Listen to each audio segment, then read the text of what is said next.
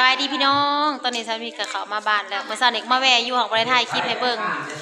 อัปเดตล่าสุดอาการคุณแม่ก่อนเด้อยายแกนมาบ้านแล้วพี่น้องเอ้ยมาอยู่บ้านแล้วเมื่อวานนี้เนาะคงงานบ่ได้ให้บางไปนำไปร้องเพลงวานนี้ให้บางอยู่ถาเอายายมาเฮือนว่ะแล้วก็ตอนนี้กำลังกินข้าวน้องดาวคนสวยกำลังเฮ็ดย่างน้องดาว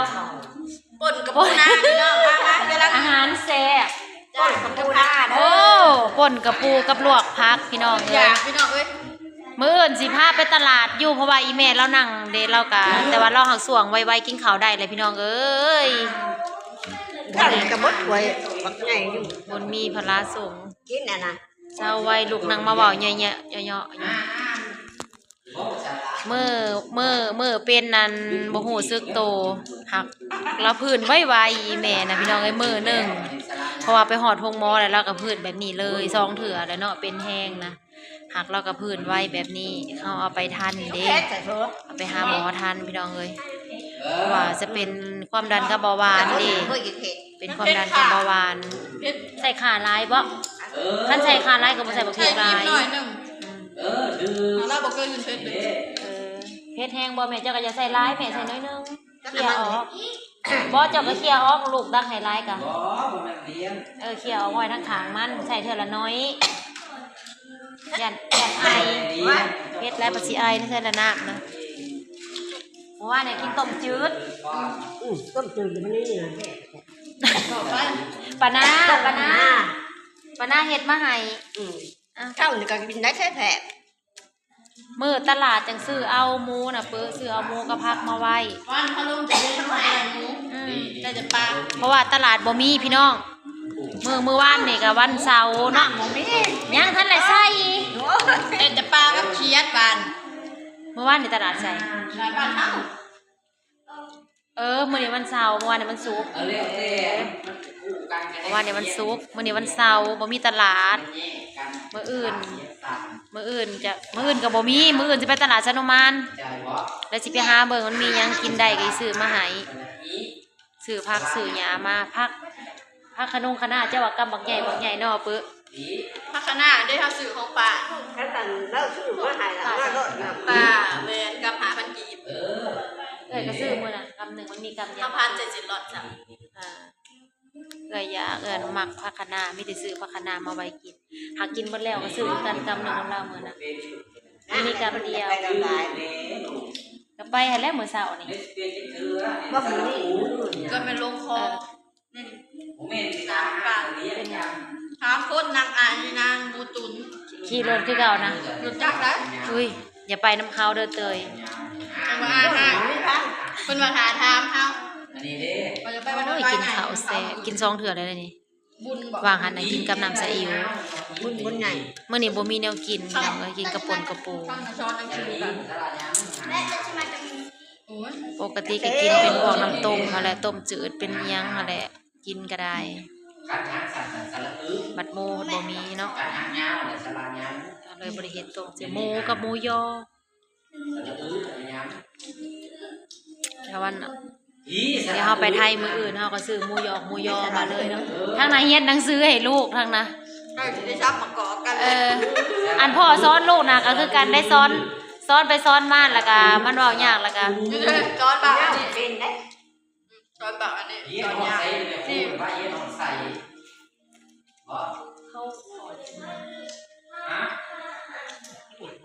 าอ่านสระที่เราเป็นครูบริหารพาอ่านสระคนสีอ่านเป็นสระนะมันสิครึ่งเดือนยังสิบ่เป็นอยู่ลูกสระอยู่ของป.1ค่ะคุณพ่อของป.2มันกายแล้วกายสระแล้วสอนน่ะมันกายแล้วอันนั้นห้องป.2น่ะใส่รวมเลยเนาะเปิ้เดี๋ยวนี้เนาะเขาใส่มารวมเลย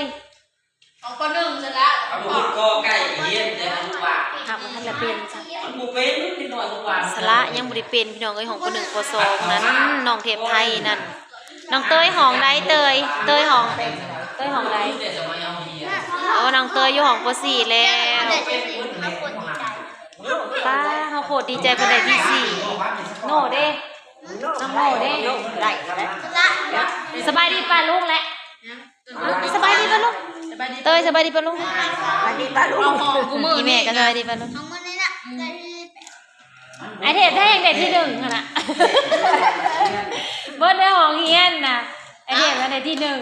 อันนี้กับเบิร์ดของกูซ้ายนะกูนี่นั่น ไม่บ่มีคนเก่งอันนี้ขนาดสามเทพได้ยังได้ที่หนึ่ง ไอ้ชื่อสลา ถ้าเราจะพัว ไอ้ชื่ออะไร คือนี่ สลากำมือใหญ่ไปสลาสีเขียนเป็น ว่าเมื่อคืนนี้วันซินเนี่ยแม่นบ่ปื้อวันซินเนาะคืนนี้เนาะ จำมือจะไหวบ้าง จะนอนรับบ่คืนนี้นอนรับหรือบ่ รับอยู่ เมื่อคืนนี้รับอยู่เนาะ กับบริแจก วันซินมื้อก่อนน่ะเป็นวันซินน้อยยายแก้วนอนบ่รับเบิดคืนมารับตอนตีสาม อีน่าวเด้ผมนอนจะเคลื่อน อืม นอนง่ายนอนดึงประแพมาปุ๊บตาใหญ่กำมือไม่ใหญ่นอน เออ รับเสยจ้ะ นอนง่ายนะ รับเซยเจ้าก่อมก่อมไม่ใหญ่นอน นอน คิดแค่ว่าท่านน่ะอย่า ดึงประแพมาปุ๊บหาไม่ใหญ่ จำหลายๆดีกว่ากินก็ได้ยังคือเก่าอยู่กินยังก็ได้จำพ่อบ่ถือสุบนกินเขานะพี่น้องเอ้ย บดในเอื้อน มันบ่หามือเพราะว่าป่นกระปูนี่ฮะมึงแน่กินเขาวนะ3-4พ่อแม่ลูกนะกินเขาวนะป่นกระปูถ้วยเดียวยังคือเก่าอยู่จักจำสิได้มันจำอยู่แต่มองบ่มีกระปูเฮ้ยก็มองมันไปก่อนแล้วบ่ยอมจำ ใหญ่กินสองหลาย พ่อแล้วกินละลาย อีพ่อกินข้าวยังอีพ่อกินข้าวเหนียวบ่มื้อนี้โอ้ยำข้าวเหนียวได้เนาะ มันอ่อนอยู่เขาใหม่เลย ข้าวใหม่ละอ่อนกินได้ ตาใจเอาหาย นั่นแทบเนาะ โอ้โห มีพักขัวใส่ไข่บ่มีอยู่ ประกาศขาวเนี่ยจอมหน่อยหนึ่งกับผัก มาแบ่งให้เอื้อยแน่ เอาลูก สิไปขัวใส่ห่วงไข่เอาห่วงไข่นำ ข แม่ นาด เดียว นี้ก็ใส่เป็นด้วยกัน ซื้อให้เพิ่นทงหนึ่งมื้อน่ะแล้วเพิ่นขัวกินก็แซ่บแซ่บเพิ่นว่าแล้วเฮาก็เลยลองเอาน้อยนึงมื้อนี้บ่ได้เอาหลาย มีร้านพักอยู่เอาลูก มื้อวันนั้นจังเอาอะคะแนนยางซื้อให้ก็เจ้าขายทงละ100นึงบ่ได้แพงดอกพี่น้องทงห่วงไข่โดยเฉ น้อง พาะ ยั อั ง น อ่อ นี้ นใช้ใช่ละ โอ้อ่านนอตไซส์สลา ยังอ่อนใจเหมือนกันแหละ ยังบ่ฮอดใจ พี่ฮือเป็นของหม้อแหละ โชว์อยู่หน้าท่าน เอาสีอ่ะละลายเนาะ แต่ว่าเฮงอดบ่ไปมื้อนี้กินอาหารของว่าเธอนี่เด้นี่เด้ ตัวนั้นน้ำต้ม ปัดกินชิ้นใหญ่ ยาน ผัก บักหุ่มนมยานบ่อยนะอุ้ยบักหุ่มนมยานเป็นตาแซ่บ เนื้อกันน้าเนื้อกันแหนมผักแห้ง เบิดเลย บ่ได้แล้วบ่ได้เลย แซ่บว่าสิแบ่งปันกัน เบิดเลยเด้ บ่ได้ปันจำ บ่ได้กินจ้ะ เอาเนาะยังงามอยู่ข้าวปาด นั่งมานึ่งคน แพบ ในจานน่ะยังอยู่ อย่ากินดิบเด้อพ่อ เอาไปกินซุป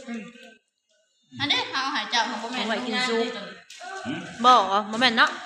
ชื่อของผมด้วยกัน ซื้อบักหุ่มนมยานเพราะว่า แสดงว่าแซ่บเด้อพี่น้องเอ้ยแนวนมยานนี่บักหุ่มนมยานนี่พ่อใหญ่ทอนว่าแซ่บอืม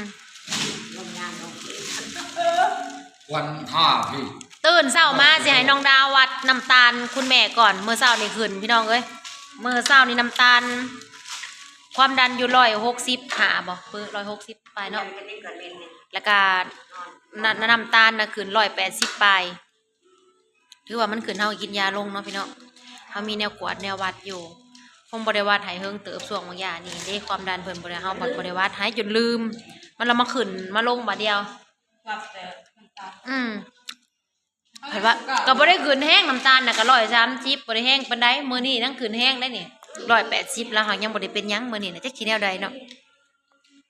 บัดมื้อนั้นพัน130ปัดศอกมันเป็นน้ำความดันลงอะนะพี่น้องจักสิว่าแนวใดผู้เบิ่งก็เบิ่งฮอดบ่เป็นปัด130ปัดศอกปัด100ปัดมื้อนี้คือจัง180ปัดเราปัดไทม์เราปัดปกติปื้อละลดวัดน้ำตาลอยู่130แล้วเราเซยอยู่มื้อนั้นนะก็เลยบ่ได้เอายาให้กินมายามมื้อแรงปัดศอก แสดงว่าเฮาพิษเฮาบริบาลความดันเนาะเปิ้ความดันลงเนาะ รวมกันลงเดี๋ยวเราไปอาบน้ แม่นมันละซอกน้ำพี่น้องเอ้ยเฮาวัดเฮาบริบาลความดันเด้เฮาวัดแต่ว่าหวานมื้อนั้น ำข้าวบะเขือจับกลมกับปู วันนี้แหละวันนี้แหละ มากินด้วยไอ้บ้า เราซอก กลมกับปู ไปอาบน้ำมาเราก็รับเลย แฉะ รับเลยบ่รู้สึกโตเลยยายนะมื้อก่อนก็พากันอุ้มเราไปโรงพยาบาลกลับเพิ่นมาหาแนวทางอีกแล้วเพิ่นถามเพิ่นเมื่อเช้านี่ก็บ่ได้เป็นเวียงเป็นวินบ่ได้เป็นหยังดอกปกติอยู่เพิ่นว่าบ่ได้เมื่อยมือเจ้าเป็นลมน่ะจะเป็นหยังค่ะเมื่อยเพิ่นว่ามื้อนั้นน่ะ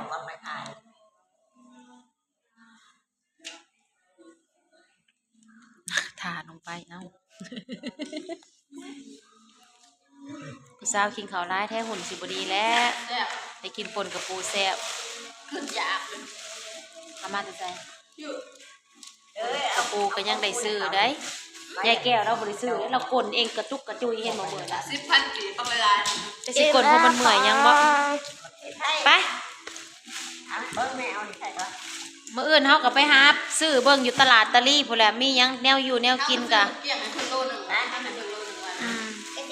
ไปซื้ออยู่ตลาดพี่น้องเอ้ยเมื่อก่อนซักนี่ก็อีเมลแล้วก็ปกติแล้วก็สิเมื่อหาอาบน้ำเฮ็ดอยู่เฮ็ดกินข้าวก่อนก็อีแม่กับอีพ่อเราก็อยู่นำน้องสาวหลานนี่แหละน้องดาวเป็นคนอยู่นำเฮ็ดอยู่เฮ็ดกินให้กิน โอ้ยไปกราบ เอ้ยอายก็คอยเบิ่งอยู่แบบนี้แหละไปกราบภาวนาแล้วก็นอนยายเอ้ย จักแม่นังตะบุรีนะวันชินน่ะ ก็ถึกอยู่เจ้าได้ยินนะ วันนี้นะเห็นอันนี้นี่แหละในตานี่ ปัดทุกเป็นตาย่านแท้ อันนั้นก็ไม่อันนั้นเมียก็คอย ก็ไม่คล้ายๆว่าเป็นพันธุ์ วั นั่ น นแหละ ไปเหี่ยว ฟัน เป็นฟันนี่นะบ้านนี้ พันเป็นบ้านน้อย แล้วฟัน ทางนี้ดอกแนวเบิ่งนะมื้อน่ะก็ออกมาผันไปซูนพลอยแกะโลด เออ ลูกก็เมื่อปั๊บเจ้าสิไปใช้แม่ สิ ผัก ไป ที่ใน เหี่ยว โซน พระห่มก็ละออกมาทางเหี่ยวนี่เหี่ยใส่บนนอนน่ะแปลกหมดแล้วสิไปเหี่ยวไปซูน คล้ายๆว่าฟันนั่นแหละฟันนอนแล้วฟันไปไปเอาไปใหญ่เขาไปแม่ใหญ่เขาไปคอยไป ไปทางไป มันมืดแล้วก็ซื้อ